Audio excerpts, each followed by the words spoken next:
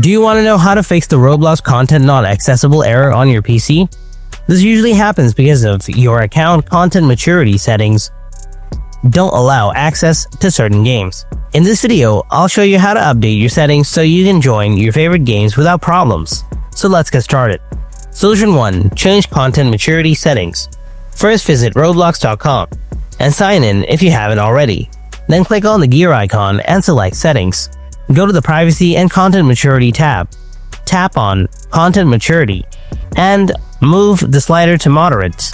If you choose Restricted, you'll need to verify your identity, so it's better to choose Moderate.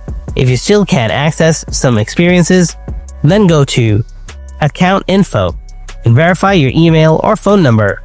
I hope this will solve your problem. Solution 2. Make sure the game is public. If the game creator set the game to private or friends only, then you can't play the game. Check if other players can play this game or not. If not, it's an issue on the creator's side.